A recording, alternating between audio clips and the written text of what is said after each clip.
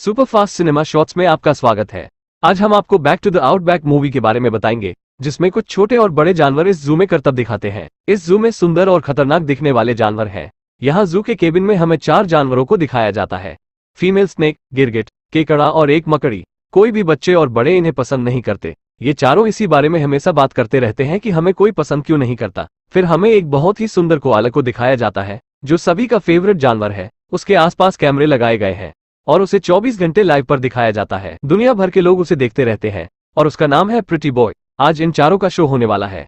Female snake का आज show का पहला दिन है, जो काफी एक्साइटेड रहती है। शो का इंचार्ज केबिन में इनकी तारीफ करता है, लेकिन जब उन्हें ऑडियंस के सामने लाया जाता है तो उन्हें दुनिया का सबसे जहरीला और खतरनाक बताया जाता है, जिससे बच्चे और बड़े भी उनसे डरने लगते हैं और यह काफी उदास हो जाती है। फिर केबिन में हमें एक मादा मगरमच्छ को दिखाया जाता है, जो फीमेल स्नेक को समझाते हुए कहती है कि माना कि हम इंसानों को कोई नुकसान नहीं पहुंचाना चाहते, लेकिन हम इंसानों के लिए खतरनाक ही हैं। लेकिन वो उदास ही रहती है। उसके बाकी दोस्त कहते हैं भले से हम खतरनाक हैं, लेकिन हमारे अंदर और भी खूबियां हैं जो बाकी जानवरों में नहीं, और तुम तो सबसे खूबसूरत हो और तुम्हारी आवाज भी। सब उसे गाना सुनाने को कहते हैं। मैडी उन्हें वही गाना सुनाती है जो बचपन में उसकी माँ उसे सुनाती थी। उसके बाद सब अपने अपने घर के बारे में बताते हैं। अगले दिन शो में फिर से उन सभी को दिखाया जाता है, लेकिन इस बार लोग उन पर गलत बर्ताव करते हैं।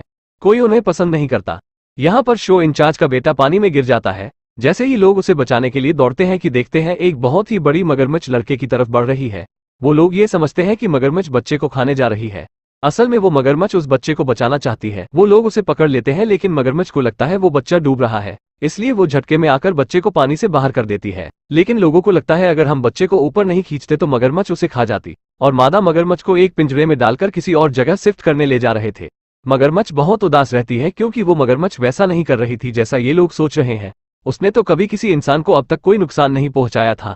मगरमच्छ के सभी दोस्त दुखी रहते हैं, खासकर एक सुंदर स्नेक। जानवर इंसानों की मदद करे तो उसमें उल्टा जानवरों को ही खतरा है। अब मैडी उन सभी से कहती है कि कब तक हम सब यहीं कैद रहेंगे। आखिर हम अपने घर कब जाएंगे जहां से हमें पकड़ कर लाया गया है। फिर सभी उससे कहते हैं कि अगर हमने भागने की कोशिश की तो पता नहीं ये लोग हमारे साथ क्या करेंगे। मैडी कहती है तो कब तक इनसे डर कर जीते रहेंगे। वो लोग उसी रात भागने का प्लान बनाते हैं। वो चारों वहां से निकल जाते हैं। योजना ये थी कि शहर से दूर पहाड़ी तक अपने घर जाना है। वो चारों उस बगीचे में आ जाते हैं जहां प्रिटी बॉय खेल रहा था। प्रिटी बॉय उनसे कहता है कि इतनी रात को कहां घूम रहे हो। स्नेक कहती है कि हम सब यहां से निकल रहे हैं। प्रिटी बॉय स्नेक को कहता है कि तुम तो इतनी सुंदर हो, कहीं भी जाओगी और ये तुम्हें पकड़कर फिर से यहीं लाएंगे। प्रिटी बॉय उन्हें वापस लौटने को कहता है, लेकिन स्नेक उसके पास पहुंच जाती है और प्रिटी बॉय शोर करने लगता है और केकड़ा उसके पीछे काट लेता है, जिससे प्रिटी बॉय बेहोश हो जाता है। और कैमरे में उसकी खतरनाक फोटो आती है जब वो दीवार के दूसरी तरफ गिर रहा था। उसके बाद स्नेक उसे भी अपने साथ ले लेती है, और जब वो आगे जाते हैं तो उन्हें एक नदी मिलती है। सामने कोहरा था, उन्हें लगा सामने ही पहाड़ है, घर मिल गया। लेकिन जब वहां की लाइट्स ऑन होती है तो पता चलता है ये एक शहर है। फिर स्नेक कहती है शायद इस शहर के पार होगा हमारा घर। अब उन्हें नदी में तैर के जाना था, लेकिन किसी को तैरना नहीं आता। फिर पास में उन्हें एक चिड़िया का घोंसला मिलता है। वो सभी घोंसले में आ जाते हैं और नदी पार करने लगते हैं। जितने अंडे उस घोंसले में थे सभी को पानी में फेंकते जाते हैं ताकि घोंसले में ज्यादा वजन ना हो। लेकिन तभी एक शार्क आ जाती है। अब उन सभी को लगता है कि घोंसले के साथ साथ उनका घोंसला भी उसके पेट में चला जाएगा, लेकिन वो शार्क किसी को नुकसान नहीं पहुंचाती। जब उसे पता चलता है कि ये लोग जू से भाग रहे हैं तो शार्क इन सबकी मदद करती है, और शार्क उन्हें खुद को बचाने के लिए एक सीक्रेट कोड बताती है, जिससे सभी जानवर उनकी मदद कर सके, उन्हें किसी भी मुसीबत से बचा सके। उसे रास्ता बताती है उस पहाड़ी तक जाने की। किनारे पहुंचने के बाद कोआला इनसे कहता है तुम सबकी वजह से मेरी ब्यूटी खराब हो गई। तुम गंदे नाले के कीड़े, अगर तुम्हें भागना है तो जाओ, लेकिन मैं तो चला वापस। यह कहकर वो सीधे चला जाता है, लेकिन वो नोटिस करता है कि लोग उसे पसंद करने के बजाय उससे डर के पीछे हो रहे हैं। तभी वो सामने एक पोस्टर देखता है जिसमें वो चारों की तस्वीर थी और कोआला की भी, जिसमें लिखा था इन खतरनाक जानवरों को कहीं भी देखो तो जू में सूचित करो और इनसे दूर रहो। कोआला को उसमें इसलिए खतरनाक बताया जाता है शायद उसे सांप ने डस लिया और वो भी उनके जैसा खतरनाक और जहरीला हो चुका है। वो भागते हुए उन चारों के पास आता है, लेकिन उन्हें चारों तरफ से घेर लिया जाता है, जिसमें पुलिस भी थी। उनका वीडियो बनाते हैं और उनके ऊपर एक कपड़ा डाल देते हैं, और तभी स्नेक को शार्क का सीक्रेट कोड याद आता है। पब्लिक उन पर कपड़े डालकर बल भर के पीटती है और कपड़े को हटाया जाता है तो वहाँ कुछ नहीं होता। वो सब नीचे गटर में थे और वहीं कुछ मकड़ियां आ जाती हैं उनकी मदद करने। गटर से बाहर आते हैं तो शो इंचार्ज का बेटा देख लेता है और वो सब एक औरत के सर पर आ जाते हैं और ऐसे शो करते हैं जैसे उस औरत ने कैप पहन रखी हो, और उन्हें कोई पहचान नहीं पाता।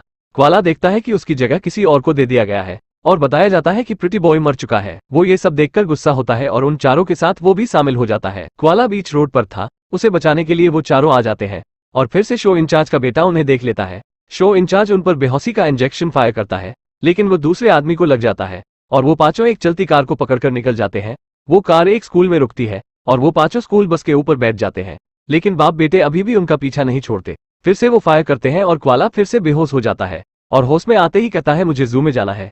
इतना सुनते ही केकड़ा उसे फिर से काटकर बेहोश कर देता है और वो बस के अंदर आ चुके हैं। शो इंचार्ज वो बस रोकवा कर उन्हें ढूंढने लगता है, लेकिन एक लड़की उन सभी को अपने बैग में छिपा लेती है और मौका देखते ही वो उन्हें आजाद कर देती है। और पहली बार स्नेक को एक लड़की पसंद आती है, क्योंकि वो स्नेक से बिना डरे उन सभी को मुसीबतों से बचाई और पहली इंसान ने उसकी मदद की और उसे अपने स्टाइल में अलविदा कहकर बस से उतर जाती है।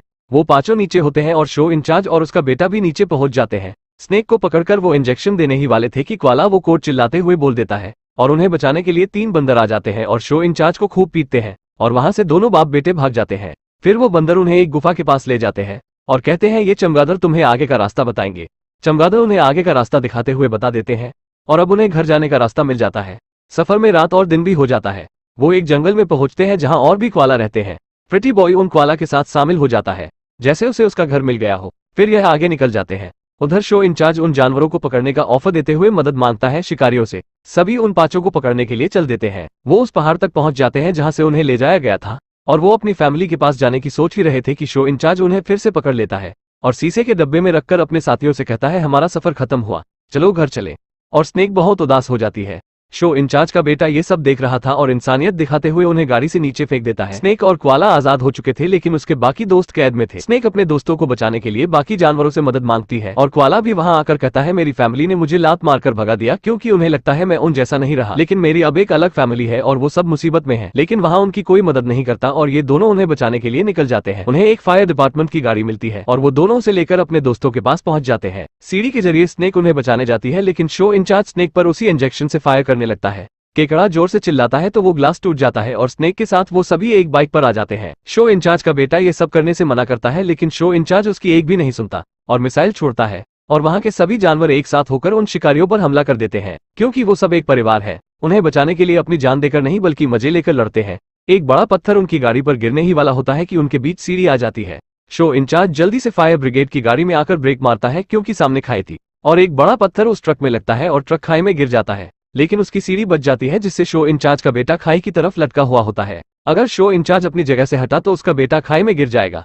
सीढ़ी भी नीचे की ओर खिसकती रहती है और जल्द उसे बचाया ना गया तो वो नीचे गिर जाएगा। स्नेक अपने दांत निकालती है और शो इंचार्ज के हाथ पर काटती है। उसका बेटा घबरा जाता है कि ये सांप उसके पिता को काट रही है, लेकिन ऐसा नहीं होता क्योंकि वो हाथ पर लगे ट्रैप पर अपने दांत को धंसाती है और अपनी दुम उसके बेटे तक पहुंचाती है ताकि शो इंचार्ज अपने बेटे को उसके जरिए ऊपर खींच सके। और बिल्कुल वैसा ही होता है। वो सभी ऊपर आ जाते हैं और शो इंचार्ज खुश होकर उन सभी को अपने सीने से लगा लेता है और उसे समझ आता है कि इस मासूम जानवरों के साथ उसने बिल्कुल भी अच्छा नहीं किया। ये तो बस अपने घर जा रहे थे, अपने परिवार के पास, जैसे मेरा बेटा मेरा परिवार है। और उस पहाड़ी पर उन पांचों का स्वागत किया जाता है और उन्हें वहीं वो मादा मगरमच्छ मिलती है जिसे जू से निकाल दिया गया था। वो उन सभी को छोड़कर अपने बेटे के साथ चला जाता है और ये सब एक परिवार की तरह रहने लगते हैं और यहीं पर ये मूवी खत्म हो जाती है। अगर आप एक लाइक कर देंगे तो हम और भी ऐसी वीडियोज लाएंगे और सब्सक्राइब करना मत भूलना।